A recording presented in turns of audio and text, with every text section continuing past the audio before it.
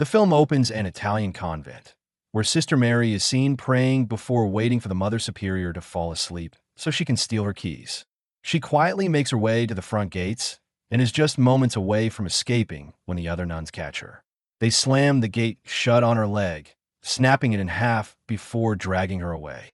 Mary later regains consciousness inside a wooden coffin, screaming and begging for help as she realizes she has been buried alive.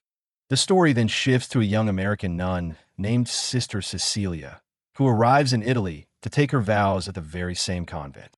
At customs, an officer notices she only has a one-way ticket. When he learns the convent paid for her trip, he remarks that she's very young to become a nun and says it must have been a difficult decision to leave her old life behind. Cecilia replies that she doesn't see it as a decision at all, but as the path she was meant to follow. After wishing her luck, the officer stamps her passport, and Cecilia continues her journey to the secluded convent. Upon arriving at the convent, Cecilia is greeted by the warm and welcoming Mother Superior, who excitedly speaks to her in Italian. Cecilia apologizes, admitting she doesn't understand a word she's saying. Sister Isabel reluctantly translates, telling Cecilia that the Mother Superior said she's beautiful. Before rushing off to prepare for the evening's ceremony, the Mother Superior orders Isabel to show Cecilia around the convent. Isabel wants to ditch, but the Mother Superior quickly puts her in her place. So Isabel gives Cecilia a tour of the convent, explaining that it was founded in 1632 as a refuge for elderly nuns spending their final days before passing on. She also reveals that the entire convent was built on top of the catacombs of St. Stephen, but warns Cecilia that the catacombs are strictly off-limits. As they continue walking through the halls, Isabel introduces Cecilia to several of the elderly sisters. She points out one nun, saying she's expected to die within the week. When Cecilia is surprised by how matter-of-factly she talks about death, Isabel replies that death is part of everyday life there. Eventually, Isabel brings Cecilia to her room and explains the convent's daily routine. She warns Cecilia that while the convent may seem romantic to an outsider, the work is physically exhausting and emotionally draining. Isabel adds that Cecilia still has time to change her mind and skip her vows that evening because God would forgive her if she chose to leave. However, Cecilia is confident that God has already prepared her for this path. Isabel tells her the ceremony begins at 5 o'clock in the chapel and walks away.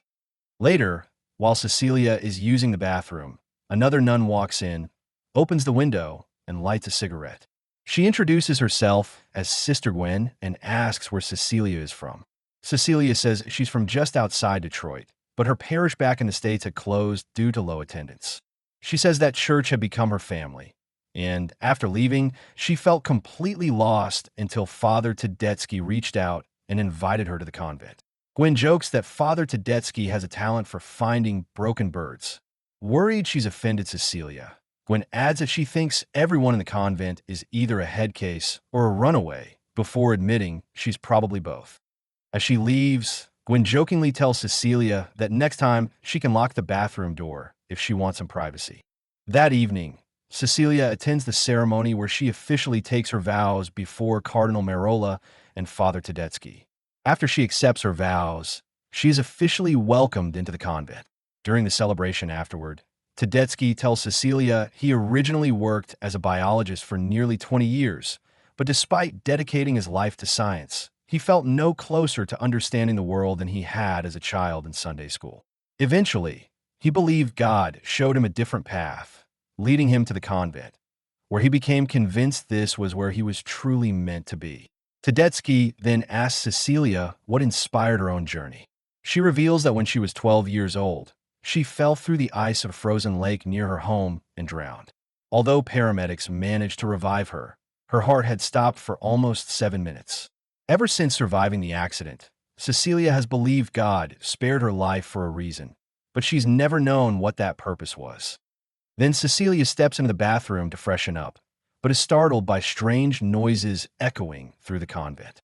Curious, she follows them to a locked room, where she discovers a disfigured nun kneeling in prayer. When the woman slowly turns toward her, Cecilia is horrified to see that her eyes and mouth have been completely sewn shut. She says she'll go get help, But before she can leave, the Mother Superior appears behind her. She tells Cecilia that moments like this can overwhelm newcomers before leading her deeper into the convent. She reveals one of its most sacred relics, a large iron nail believed to be one of the very nails used during Christ's crucifixion, brought back from Jerusalem by Saint Helena. Handing the relic to Cecilia, she tells her that Christ suffered for humanity and that suffering itself is an expression of God's love. The moment Cecilia touches the nail, she collapses unconscious. Shaken by what happened, Cecilia heads to the confessional to ask forgiveness for her sins. As she admits she's afraid she may already have failed to fit in at the convent, she realizes the priest on the other side has gone silent. When she looks out, he's nowhere to be seen. Before she can react, the eyeless, mouthless nun appears and leads her away. Cecilia soon finds herself surrounded by several similarly disfigured nuns dressed in red robes, who begin performing a strange religious ritual around her and pierce her with a nail.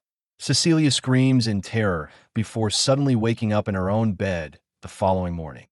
She settles into life at the convent, taking on the daily responsibilities of caring for the elderly sisters. She helps bathe them, cleans them when they soil themselves, prepares the bodies of those who pass away, and even learns to slaughter chickens for the convent's meals. One day, she notices one of the elderly nuns has strange cross-shaped scars branded into the soles of her feet. The woman grabs Cecilia's face, calls her a blessed saint, and kisses her before the other sisters quickly lead her away. One day, Cecilia becomes nauseous and vomits during a communal bath. The next morning, she's summoned before Cardinal Merola, Father Tedeschi, and the convent's doctor. They begin asking personal questions, confirming that she has upheld her vows of poverty, obedience, and especially chastity. Confused by the interrogation, Cecilia insists she has never had sexual relations with anyone, either before or after becoming a nun. The doctor confirms that when she first arrived at the convent, her hymen was intact, and there is no evidence she has ever been sexually active. After examining her blood work, he reveals the impossible. Cecilia is pregnant. Convinced this could only be an immaculate conception, Merola declares it a miracle from God. While Cecilia is left stunned and unable to understand why she was chosen, Tedeschi reminds her of the childhood accident that nearly claimed her life, suggesting that perhaps this miraculous pregnancy is the reason God spared her all those years ago. Before long, word of Cecilia's miraculous pregnancy spreads throughout the convent. The other nuns begin treating her like the next Virgin Mary, blessing her wherever she goes and believing the child she carries is humanity's savior. While everyone else celebrates, Cecilia is overwhelmed by the attention and the enormous responsibility suddenly placed on her shoulders.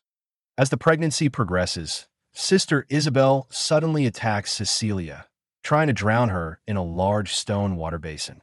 Screaming that she was supposed to be chosen instead, Isabel desperately begs the others to try again with her before she's dragged away.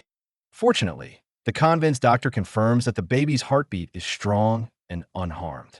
However, Cecilia insists that she's the one who isn't okay and demands to be taken to a real hospital for another opinion. Father Tedeschi and Dr. Gallo refuse, assuring her that Dr. Gallo is a licensed obstetrician and that she's perfectly healthy. When Cecilia argues that she just vomited one of her teeth, they insist the convent is the safest place for both her and the baby. Not long afterward, Sister Isabel takes her own life by jumping from the roof of the chapel, leaving the convent shaken. Unlike the others, Gwen refuses to accept the official explanations. She tells Cecilia she doesn't trust anyone there and points out that she's already 5 months pregnant without ever being taken to a real hospital. Gwen insists they need to leave the convent and get rid of whatever is growing inside her, because she doesn't believe it has anything to do with God. Before they can discuss and escape any further, Father Tedeschi interrupts them. Gwen accuses him and everyone else at the convent of lying.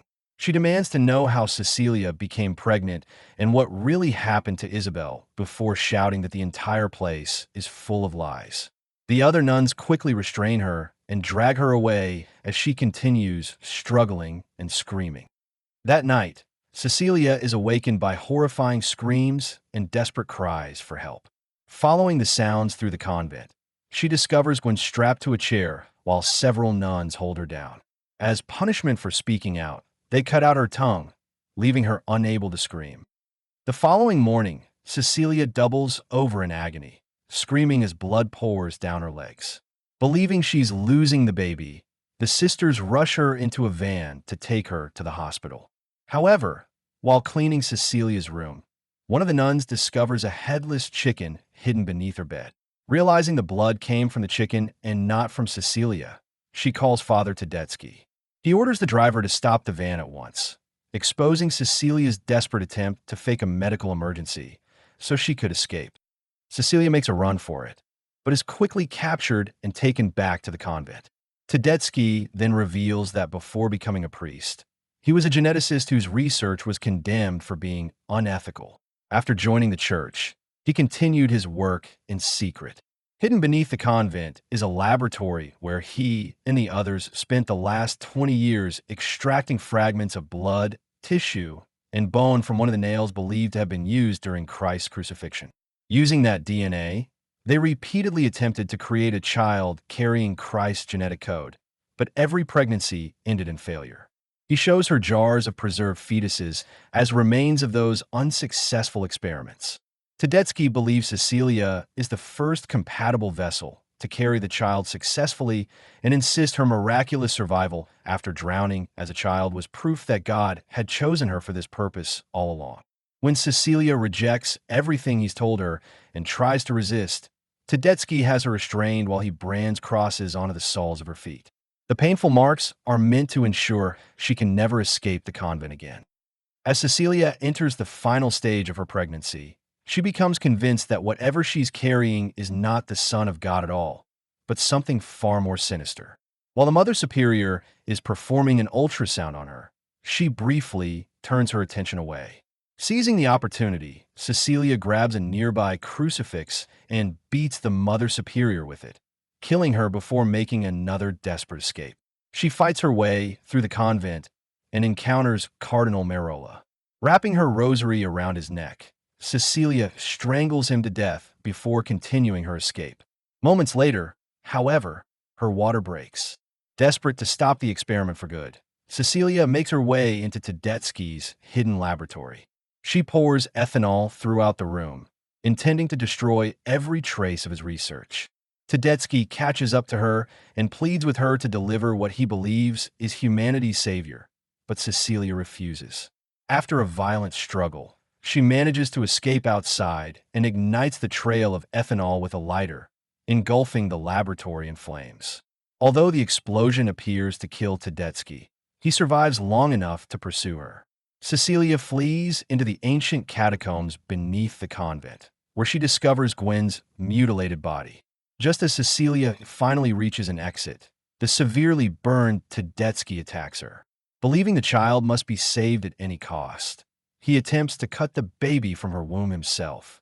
During the struggle, Cecilia pulls out the sacred nail she took from the convent's relics and drives it through Tedeschi's throat, finally killing him. Cecilia stumbles out into the countryside as labor begins in full. Completely alone, she gives birth to the child and tears through the umbilical cord herself. The newborn is never shown on screen, but its disturbing, inhuman cries make it clear that it is anything but a normal baby. Realizing the horrifying truth, Cecilia picks up a large rock.